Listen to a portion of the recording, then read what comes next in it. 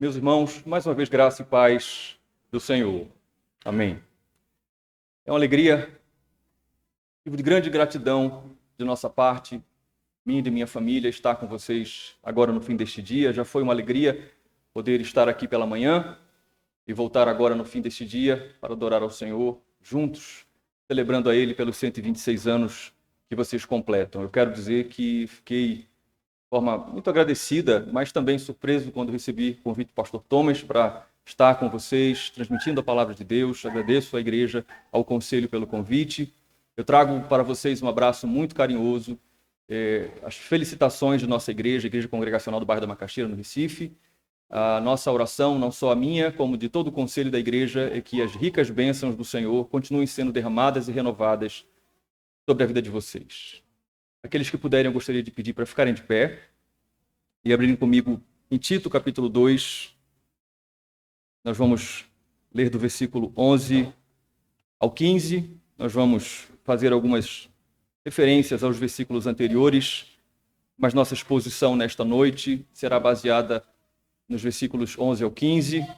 Como eu falei pela manhã, de manhã nós estivemos meditando sobre a prática da piedade como fruto da nossa união com Cristo.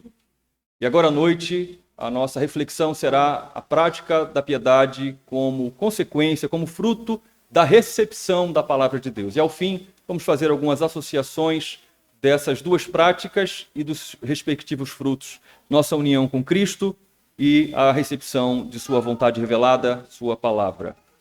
Tito 2,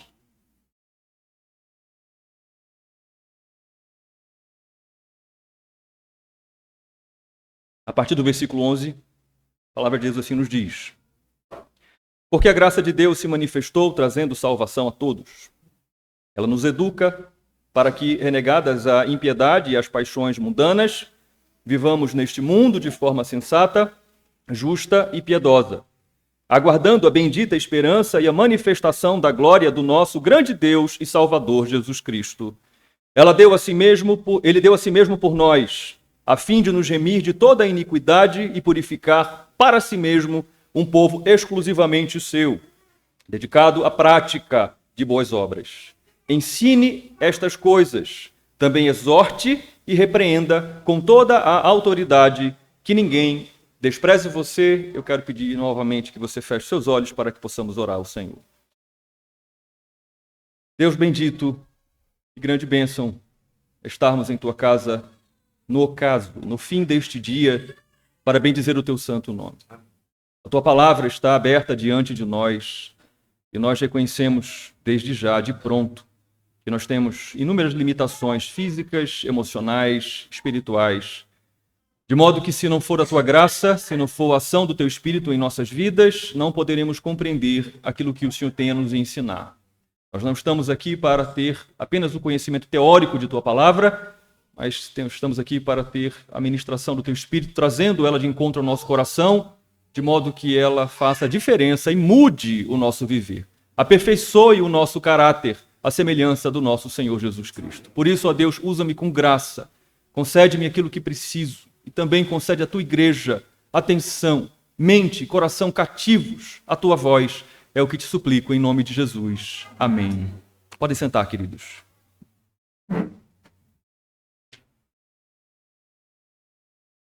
Eu quero começar fazendo uma pequena referência ao que ouvimos hoje pela manhã, que pode ser resumido à seguinte verdade: a prática da piedade é uma herança, é um tesouro deixado para a igreja pelo seu Salvador, o Senhor Jesus Cristo. Isso é a prática da piedade, é um grande tesouro. Cristãos nascem não da carne, segundo João 3. Cristãos nascem do alto, nascem da água e do Espírito, não para outra coisa, senão para viver neste mundo piedosamente. Entretanto, eventualmente pode ser que tenham pessoas aqui à noite que não estavam pela manhã. Eu quero novamente dizer que, infelizmente, não é assim que temos visto o caminhar de muitos cristãos. Parece, na verdade, haver até um certo desprezo pela prática de exercícios que promovem uma vida piedosa, como, por exemplo, oração, comunhão, participação nas atividades da igreja. Só que refletindo mais profundamente sobre isso, sobre exercícios que promovem uma vida piedosa, existem exercícios que são completamente estranhos, desconhecidos de muitos cristãos. Por exemplo, a piedosa prática da contrição. Momento de reflexão diante de Deus acerca da sua vida, da sua conduta, reflexão honesta que revela muitas vezes o nosso pecado, a nossa falha diante de Deus. E dirá da contemplação. Cristãos que param para contemplar a criação, para refletir sobre as obras de Deus na criação, na sua própria vida. Meditação, práticas desconhecidas de muitos cristãos dos nossos dias. Mas como nós começamos a ver de manhã e vamos, se Deus permitir, finalizar hoje, cada vez mais a palavra de Deus nos conscientizará que a prática da piedade, ela não é opcional, ela é compulsória. Ela faz parte da realidade de todos aqueles que nasceram de novo. De modo que a Bíblia revela que nem mesmo pastores estão isentos da necessidade diária da prática da piedade. De modo que Paulo, ele encoraja o seu colega de ministério Timóteo, lá na primeira carta, capítulo 4, versículo 7, você conhece esse texto, exercita-te pessoalmente, envolve-te pessoalmente na piedade. Mas tudo isso é tão claro para nós, crentes, que conhecemos relativamente a palavra de Deus. E se tudo isso é claro para nós, se tudo isso é verdade, a pergunta fica: por que nós não conseguimos enxergar vidas piedosas sendo vividas em larga escala nas igrejas cristãs que se multiplicam em nosso país? Eu acredito que algumas respostas podem ser dadas a essa pergunta, mas eu considero basicamente duas importantes. O desconhecimento de duas coisas: do significado, do que significa uma vida piedosa, e nós vimos isso pela manhã, e segundo, como se desenvolve uma vida piedosa. Eu até às vezes sei o que é uma vida piedosa, eu sei explicar o que é uma vida piedosa, mas como é que eu vou desenvolver isso de forma prática? Como é que eu vou tirar isso do papel, da teoria, da minha mente? O que significa a prática da piedade? Nós somos unidos misticamente com Cristo. Nós morremos para o pecado e renascemos para a novidade de vida. Mas como se desenvolve isso? O que pode instruir a mim e a você? O que pode instruir a igreja a desenvolver a prática da piedade de modo consistente e principalmente de modo fiel?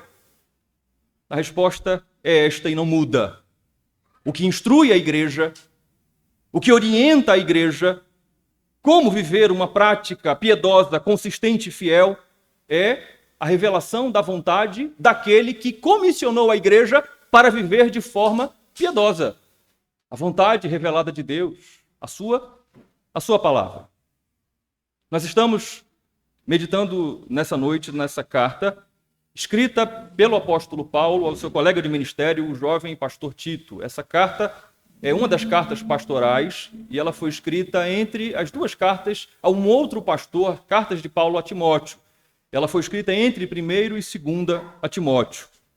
Tito auxiliou de modo direto o apóstolo Paulo desde o início do seu ministério apostólico. Mas agora, nesse contexto em que ele recebe esta carta, ele havia sido levantado por Deus para instruir, para pastorear as igrejas na ilha de Creta por meio da entrega da palavra, do ensino da palavra de Deus. E qual era o objetivo da instrução deste pastor? Ensinar a igreja, ou as igrejas em Creta, a viverem de modo digno, compatível com a vocação que elas haviam recebido, uma vida piedosa. Quando nós observamos o começo desta carta, especificamente o versículo 5, lá do 1º capítulo, é interessante que nós sejamos contextualizados nesse cenário. Nós somos informados que haviam várias igrejas nesta ilha, na ilha de Creta, em muitas cidades. Mas estas igrejas ainda estavam desorganizadas, de modo que Tito é deixado lá para colocar em ordem as coisas restantes. A tarefa de Tito não era fácil, era colocar a igreja em ordem inicialmente tendo que lidar com falsos mestres. Você encontra isso no versículo 10 e 11 do primeiro capítulo. Mas se já não bastasse este pastor combater falsos ensinos de falsos mestres, ele deveria lidar com habitantes que tinham uma fama nesta ilha. Os habitantes da ilha de Creta, eles eram mentirosos, preguiçosos. E o problema é que haviam muitos cristãos, muitos crentes, pessoas que haviam sido alcançados pela graça, que estavam dentro da igreja, mas que ainda viviam com essas características.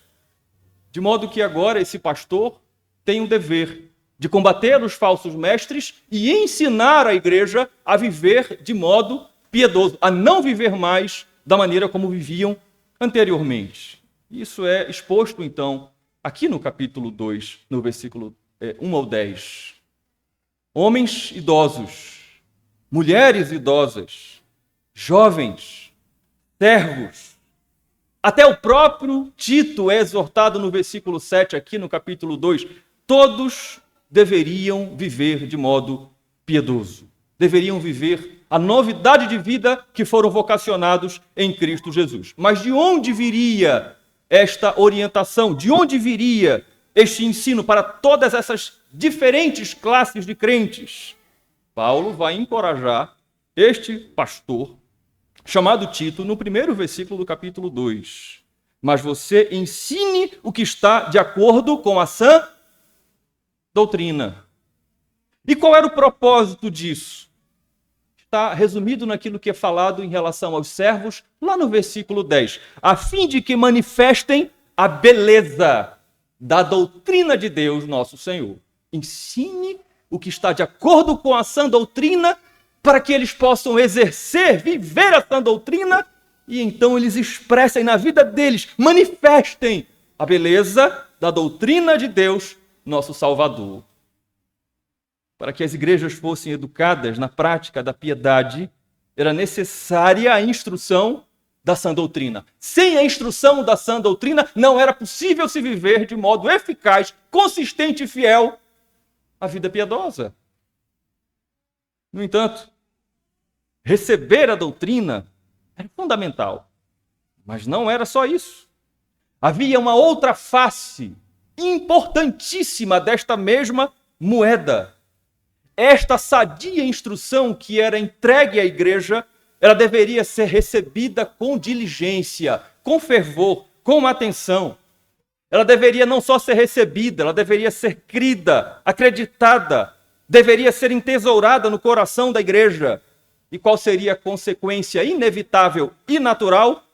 Ela seria aplicada à vida prática, diária de todos, começando pelo pastor, passando pelos homens e mulheres, jovens, idosos, todos receberiam essa instrução, entesourariam no seu coração e aí sim conseguiriam viver uma vida piedosa.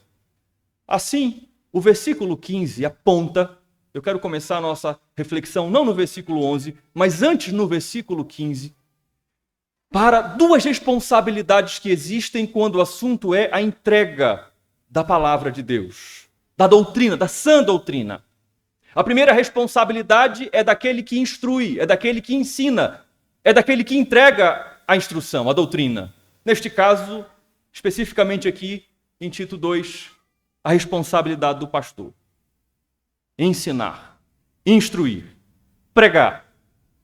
Mas existe uma segunda responsabilidade, que é a responsabilidade da igreja. Ouvir, receber, através dos sentidos, mas também crer e então viver. Observe o que diz o versículo 15 e você vai compreender isto. Ensine estas coisas. Também exorte e repreenda com toda a autoridade, que ninguém despreze você. Observe. É muito impressionante quando você analisa esse versículo 15 na língua original.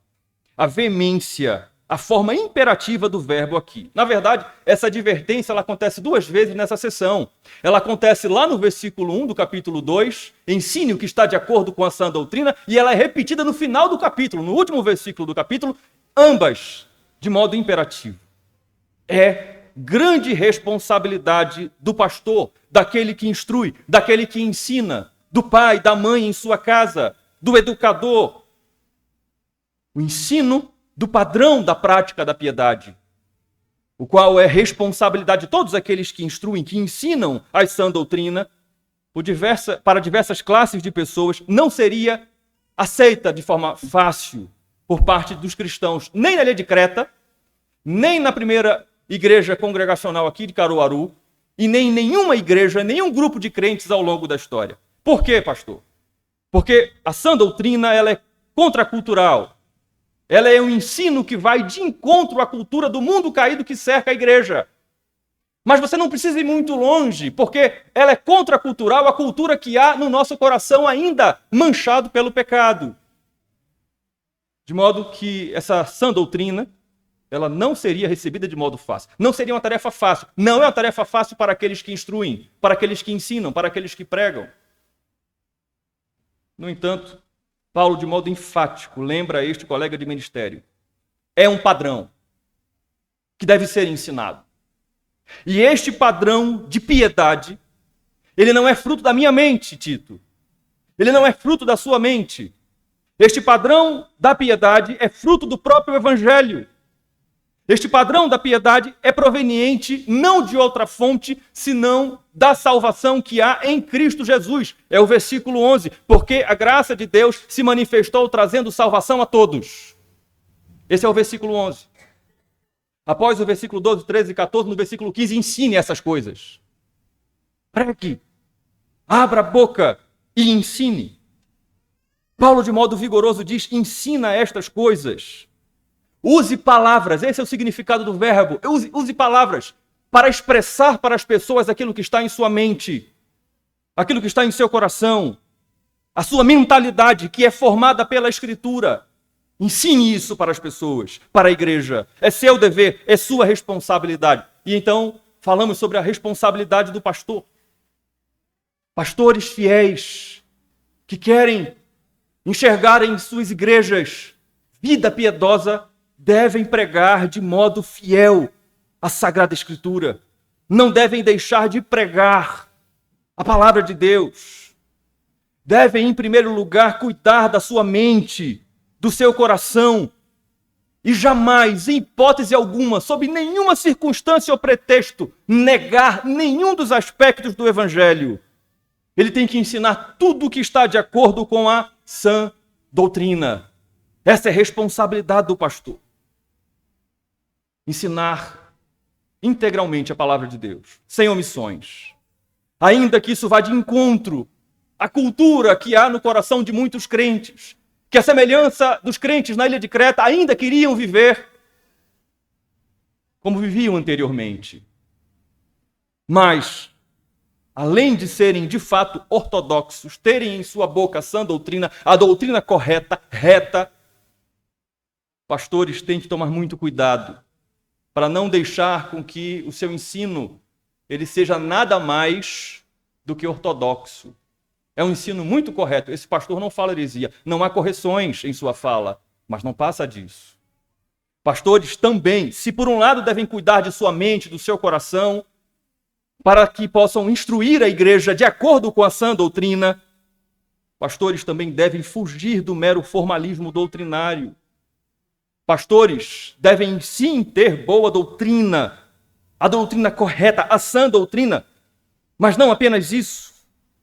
Devem ensinar a sua igreja, as suas ovelhas, como esta doutrina muda, molda as suas vidas, impacta as suas vidas, as várias esferas da sua vida.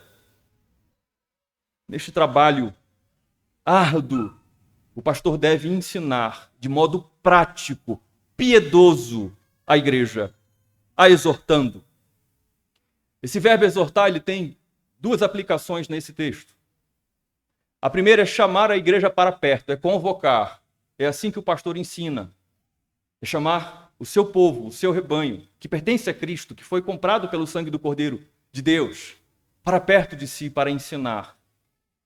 Mas exortar também significa consolar, encorajar.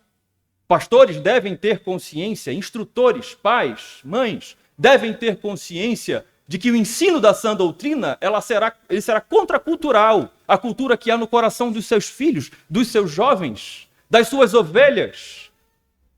Mas eles devem fazer isso, chamando-as para perto, consolando, encorajando, fortalecendo. O pastor, no ensino, deve exortar, deve consolar, deve encorajar. Mas o pastor também deve, segundo o versículo 15, repreender com toda a autoridade. E o verbo repreender é chamar a atenção, é apontar o erro.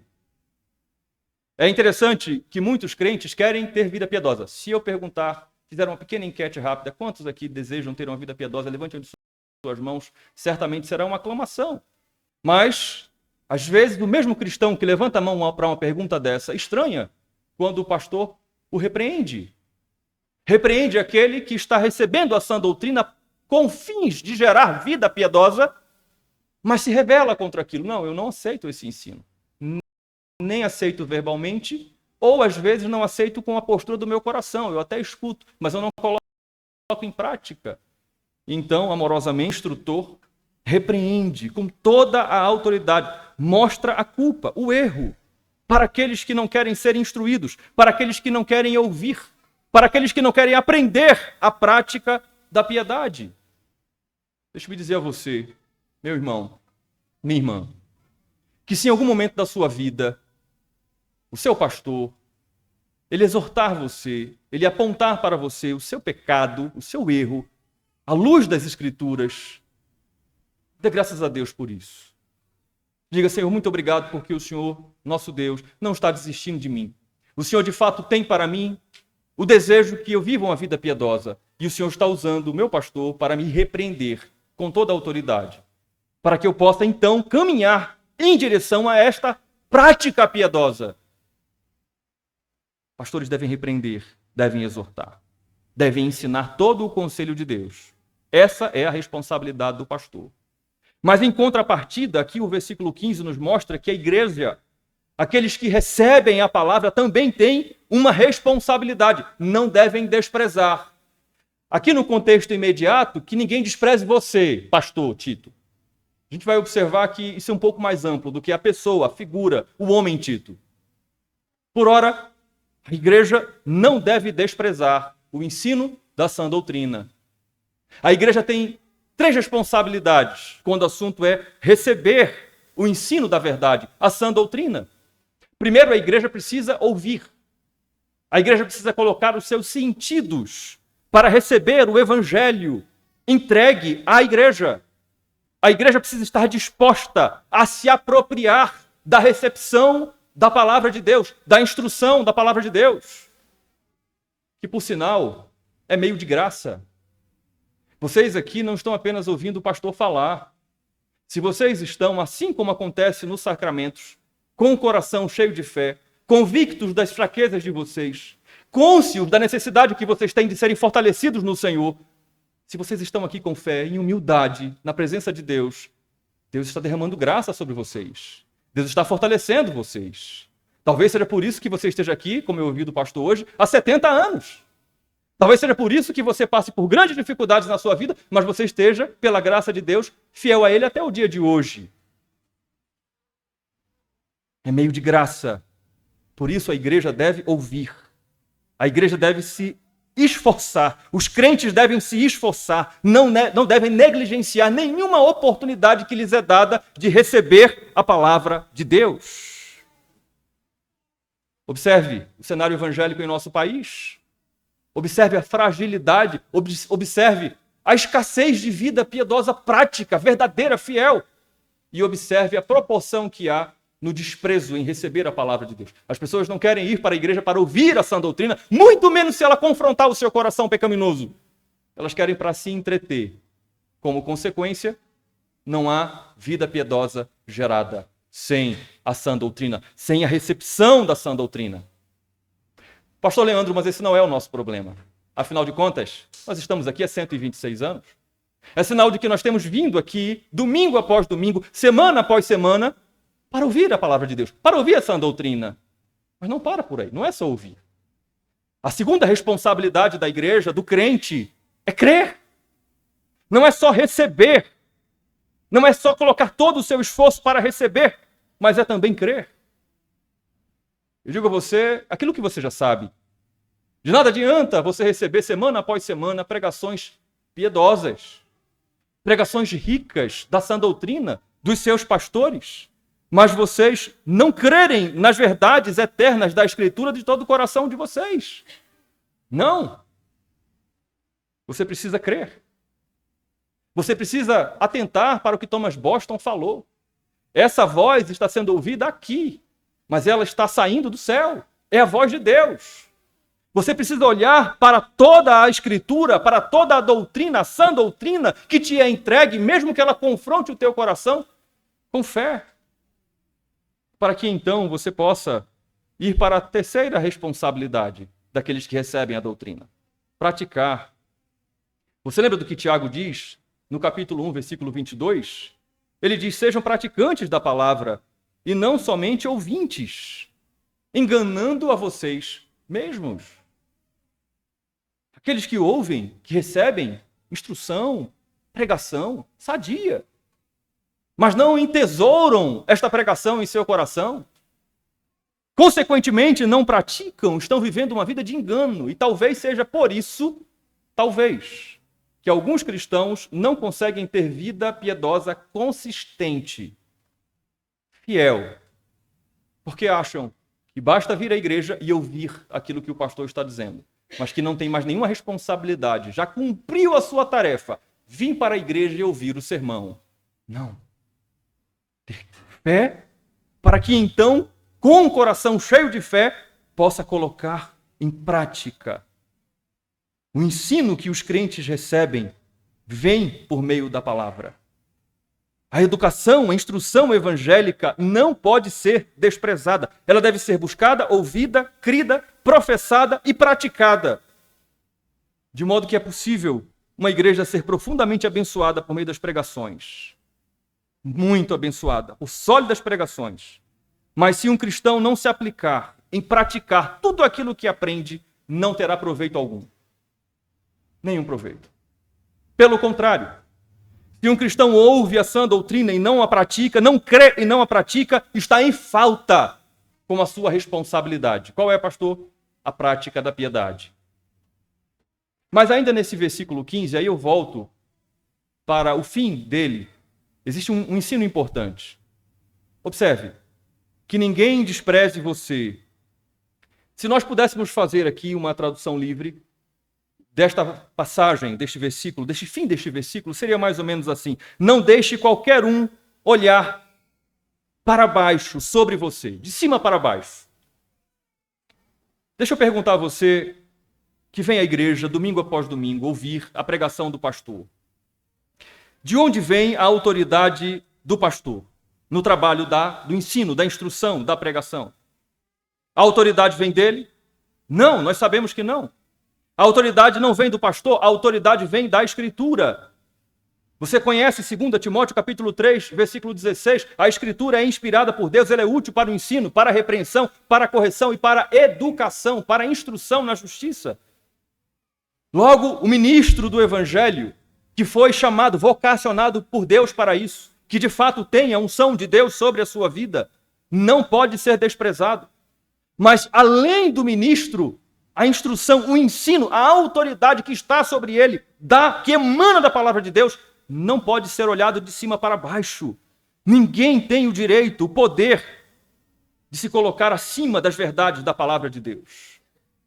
Se você quer viver uma vida piedosa, você deve seguir passo a passo tudo aquilo que a palavra de Deus instrui, educa você.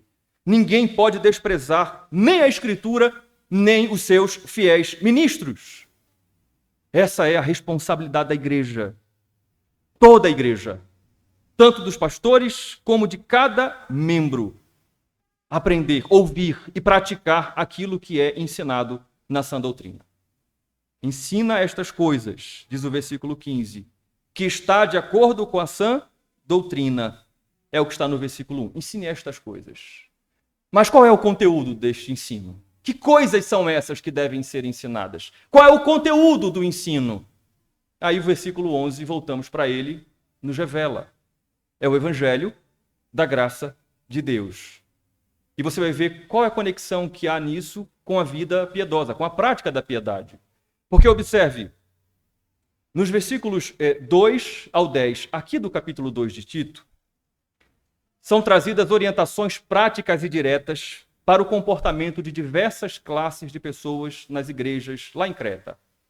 Versículo 2 ao versículo 10 do capítulo 2 de Tito.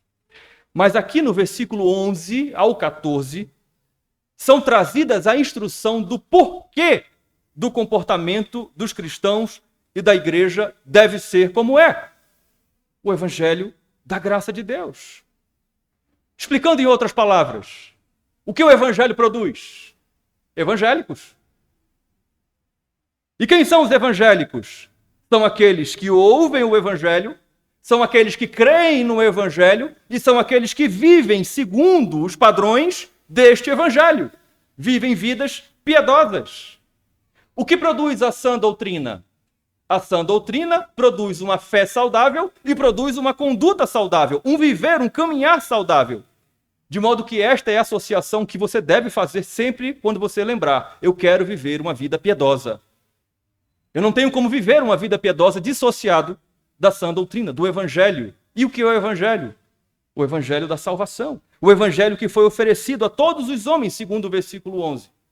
Mas que alcançou a todos aqueles que haviam sido destinados para serem alcançados. E a estes que o evangelho alcançou, se espera deles que vivam de modo piedoso, segundo a graça que os alcançou.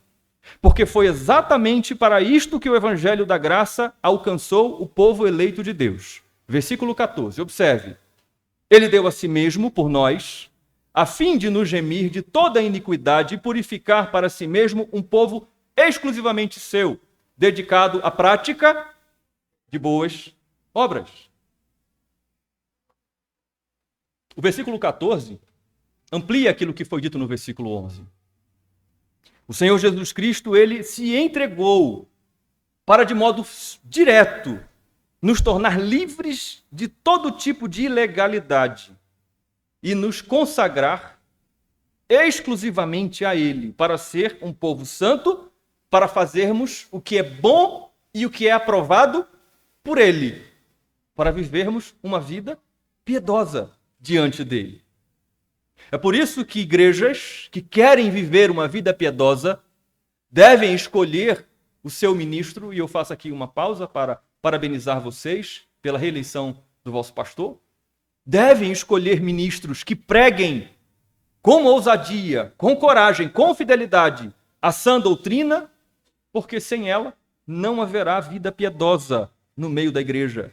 É através da pregação da sã doutrina que o evangelho da graça vai operar salvando e vai operar santificando. Vai operar mudando a mentalidade, produzindo arrependimento, e arrependimento não é só para quem não é crente, não. Arrependimento é para crente também, diário. Convicção de pecado, confissão diante de Deus. Mudança da mentalidade diária. Uma mentalidade sendo aperfeiçoada dia após dia. Isso é vida piedosa. Como também mudar o comportamento, a vida. Produzir arrependimento e conversão. Mudança de mente e mudança de atitude, de vida. É por isso que você talvez comece a compreender, ou seja lembrado, caso você já saiba, que é possível que você tenha na igreja cristãos, até antigos, cristãos que professam a fé em Cristo, que vivem na igreja, professam amar a Jesus, mas, segundo o versículo 14, se esses cristãos não praticarem boas obras, não viverem piedosamente, ou seja, não praticarem aquilo que é aprovado por Cristo, aquilo que é o padrão segundo o Evangelho, se assim fizerem, ainda que momentaneamente, estão negando a obra da salvação, estão negando o alto sacrifício de Cristo, ter se entregue em favor da igreja, para que a igreja viva vida piedosa, pratique boas obras.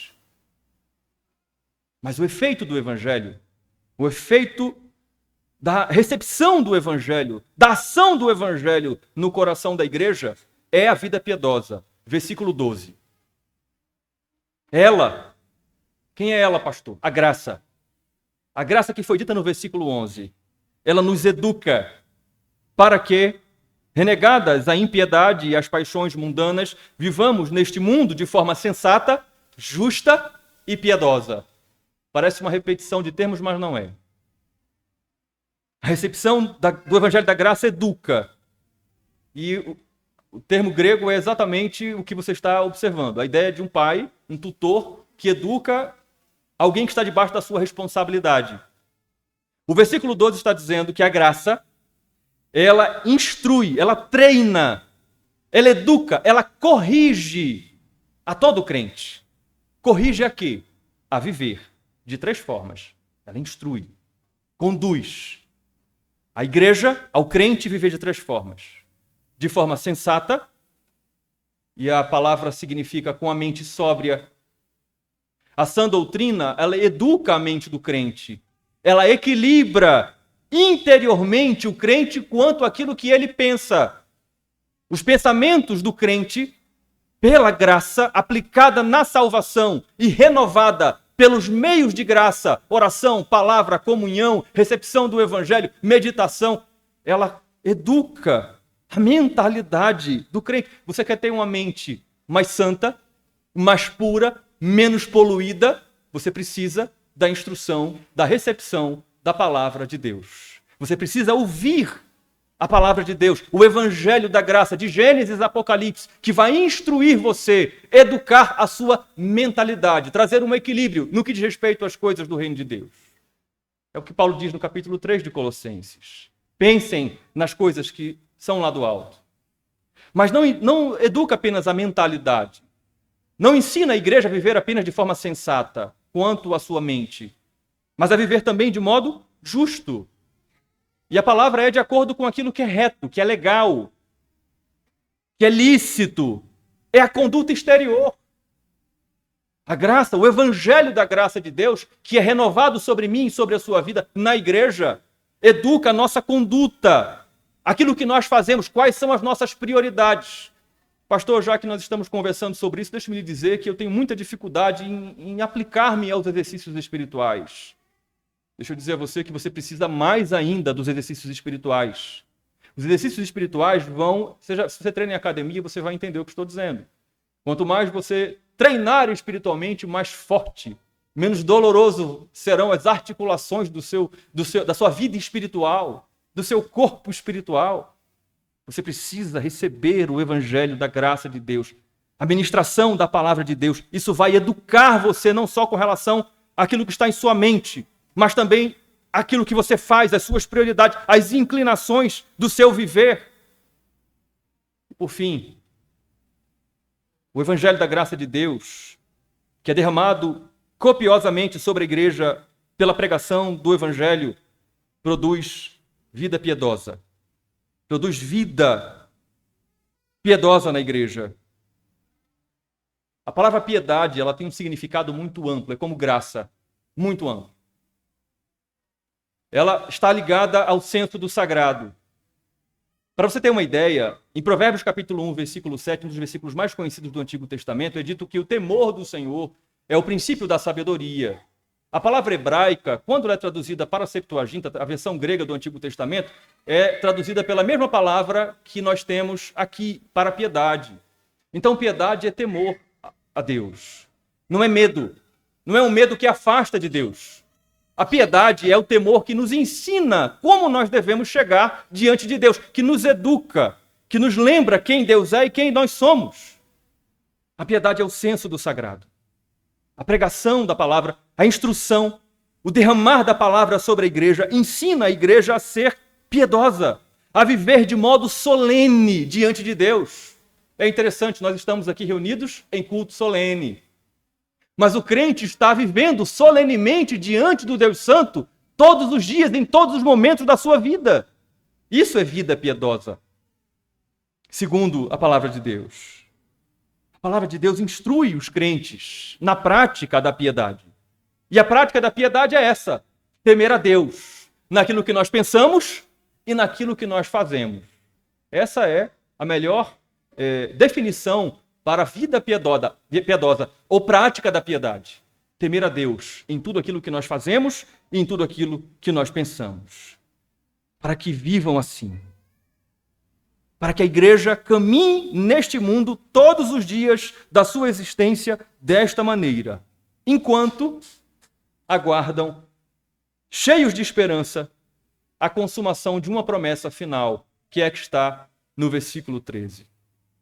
O Evangelho da Graça nos enche de esperança quando ele nos diz, aguardando a bendita esperança e a manifestação da glória do nosso grande Deus e Salvador, Jesus Cristo. Olha o que o Espírito Santo está usando o apóstolo Paulo para escrever, para encorajar este pastor, e não só Tito, mas a toda a igreja. É como se o Espírito Santo aqui no versículo 13 estivesse dizendo o seguinte: ó cristãos da ilha de Creta, ó cristãos da primeira igreja, a vida evangélica, a vida piedosa, ela não se resume a um conjunto de regras sem graça, restritivo, que diz você não pode fazer isso, você não pode fazer aquilo, como por exemplo a heresia colossense queria fazer. Não. Aqui está sendo dito para nós que nós como igreja somos chamados a praticarmos a piedade, porque este é o propósito da nossa vida como igreja. A vida dos crentes, educada pela pregação do Evangelho, enche os crentes de esperança. Até o momento final, onde é revelada a glória do nosso grande Deus. Observe, a vida piedosa, segundo os versículos 11 ao 15 de Tito 2, ela se manifesta da seguinte forma. Ela começa no nosso grande Deus, versículo 14, porque ele se entregou por nós. Ela é sustentada pelo nosso grande Deus. Por quê? Porque ele nos fez um povo exclusivamente seu. E ela tem ainda uma finalidade. A vida piedosa da igreja é para a glória do nosso grande Deus e Salvador. É aquilo que o apóstolo Paulo fala escrevendo aos Romanos no capítulo 11. Porque dele, vida piedosa, vem dele. Por meio dele, ele é quem sustenta a vida piedosa da igreja. E para ele, são todas as coisas. Algumas aplicações práticas, fazendo uma associação rápida agora naquilo que nós ouvimos tanto pela manhã como agora à noite. A prática da piedade. O que significa? A prática da piedade nada mais é do que a minha união com Cristo. União na sua morte. União que fez com que o corpo do pecado morresse, ficasse no sepulcro. O corpo do pecado agora está morto, de modo que eu não estou mais fadado a pecar. Assim, o crente, ele pode olhar para o projeto de vida de Deus para a sua vida, chamado vida piedosa, com ânimo. Ele não precisa olhar para a tentação e dizer, eu não consigo vencer este pecado. Isto é uma falácia do seu coração. Você não vai encontrar isso na Escritura. O poder do pecado, ele já foi derrotado na morte de Cristo.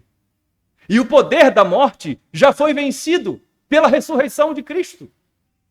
É sim verdade que o pecado, que a tentação ainda nos assedia. Como nós ouvimos hoje pela manhã, lá em Romanos 6, do 1 ao 14, o pecado ele é como que uma personificação de uma pessoa que quer novamente dominar o crente, que quer de novo colocar o seu domínio sobre o crente. Mas o crente precisa trazer à sua memória que ele morreu para o pecado. Que agora ele nasceu, ele ressurgiu na sua associação indissolúvel com Cristo. Ele nasceu para uma nova vida. Assim como Cristo venceu o pecado, assim como Cristo vive para Deus, o crente também vive para Deus. Mas quem é que me ensina isso? Como é que eu desenvolvo isso de forma consistente? Eu desenvolvo isso de forma consistente, continuando recebendo as ondas da graça sobre a minha vida. Eu continuo o projeto de Deus para a minha vida, quando o assunto é vida piedosa, recebendo a palavra de Deus que me instrui naquilo que eu devo pensar, naquilo que eu devo fazer, na maneira como eu devo me comportar diante de Deus. Por isso, deixe-me dizer a você, Primeira Igreja Evangélica e Congregacional de Caruaru, deixe-me dizer a você que hoje é um dia festivo, uma data festiva, histórica, 126 anos. Deixe-me dizer a você que vocês têm sido, sim, uma pequena tocha aqui no Agreste que tem iluminado outras igrejas de outras cidades, que têm sido edificadas pelo que Deus tem feito na vida de vocês. Mas deixe-me dizer a vocês que vida piedosa é mais do que 126 anos. Deixe-me dizer a vocês que vida piedosa é mais do que a roupa que nós vestimos. É mais do que práticas religiosas que nós estamos habituados a fazer semanalmente. É por isso que nosso pai na fé, Jonathan Edwards, escreveu e pensou sobre as afeições religiosas que há no coração dos crentes. Como nós devemos colocar as nossas afeições religiosas sobre o crivo da palavra de Deus, de modo que nós possamos sondar a motivação do nosso coração e, de fato, possamos ter uma vida piedosa que agrade a Deus. A vida piedosa que nós temos não é para nos agradar. A vida piedosa que nós temos é para agradar a Deus. Deixe-me dizer a você que a sua responsabilidade é grande, porque você ouve a pregação fiel da Escritura, igreja. Mas você não pode apenas ouvir, você precisa crer. E você precisa praticar. Você não precisa praticar para que daqui a algum tempo diga, pastor, eu ouvi aquela mensagem e agora eu pratico ainda mais aquilo que eu ouço da palavra. Não. Você precisa fazer isso como parte natural da sua vida.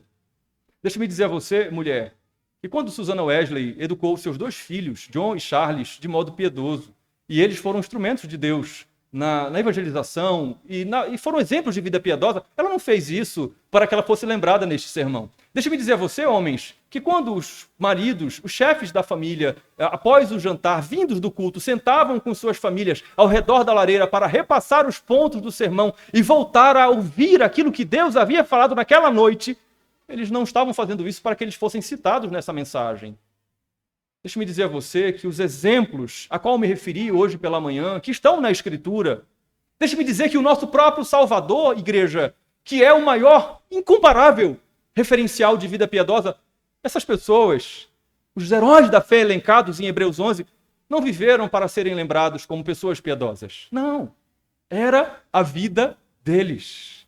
Eles tinham consciência que era trazida por aquilo que conheciam da revelação de Deus, da palavra, para viverem vidas piedosas, porque entendiam isso. O pastor deve buscar viver uma vida piedosa, não para que a sua igreja olhe e diga, ó, que homem piedoso. Eu me lembro de Robert Murray McCheyne, que só pastoreou por 2 anos, porque ele morreu de enfermidade aos 29 anos. Conta-se a história de que foram procurar saber qual era o mistério do sucesso do seu ministério, do impacto do seu ministério tão curto. E então o zelador da igreja disse que ele passava muito tempo orando e chorando. Certamente Robert Murray McCheyne nem sabia que isso seria citado. Era a vida dele. Que essa seja a sua vida. Que essa seja a minha vida. Não pelos cargos que nós ocupamos. Não por aquilo que nós queremos receber de Deus. Mas porque nós fomos unidos a Cristo. É isso que nós devemos ter em mente. É disso que nós não podemos esquecer. E nós precisamos ser alimentados, instruídos, todos os dias, lembrados dos princípios da palavra de Deus que nos ensinam a viver uma vida piedosa. Se assim nós fizermos, acontecerá conosco aquilo que foi dito no versículo 10 deste capítulo 2. Acontecerá com você, igreja evangélica e congregacional aqui em Caruaru. Será manifesta a beleza da doutrina de Deus. Não só a doutrina, mas a beleza. Vocês exalarão o bom perfume de Cristo. Vamos orar. Ó nosso Deus, que privilégio é para nós sermos vocacionados para uma vida tão gloriosa. Nós sabemos, ó Deus, que a vida piedosa, ela requer de nós aplicação, requer de nós renúncia ao nosso eu, mas que grande conforto é para nós saber que o preço que nós não poderíamos pagar já foi pago. Na cruz do Calvário, Cristo morreu. E Ele nos levou com Ele. Morremos para o pecado e nascemos para uma nova vida. Obrigado, Senhor, porque o Senhor não nos deixou sem instrução, sem orientação. O Senhor não derramou da Tua graça sobre nós num único momento em nossa história, e nem o Senhor tem derramado da Tua graça sobre nós de conta-gotas. Não, Senhor. O Senhor tem derramado da Tua graça sobre a nossa vida de modo copioso, quando nós recebemos a instrução do Senhor. Nos ajude apenas, ó Deus, a não ficarmos na primeira parte de nossa responsabilidade, apenas ouvirmos aquilo que o Senhor tem nos ensinado. Que o Senhor me ajude a mim mesmo como pastor, aos pastores desta igreja, aos pastores que têm se esforçado para serem fiéis ao Senhor, para serem piedosos na tua presença, a nos colocarmos debaixo do senhorio do Senhor, ouvindo a orientação do Senhor, crendo na orientação do Senhor e praticando, ó Deus, aquilo que o Senhor requer de nós. E dessa forma, sim, a nossa vida exale a beleza da doutrina. Possamos, ó Deus, ser crentes piedosos. Que essa não seja a nossa motivação, mas que os homens olhem para a nossa vida, olhem para a vida desta igreja e vejam crentes piedosos que glorificam ao Senhor com o seu viver. Aplique, ó Espírito Santo, a tua palavra aos nossos corações. É o que nós te pedimos em nome de Jesus. Amém.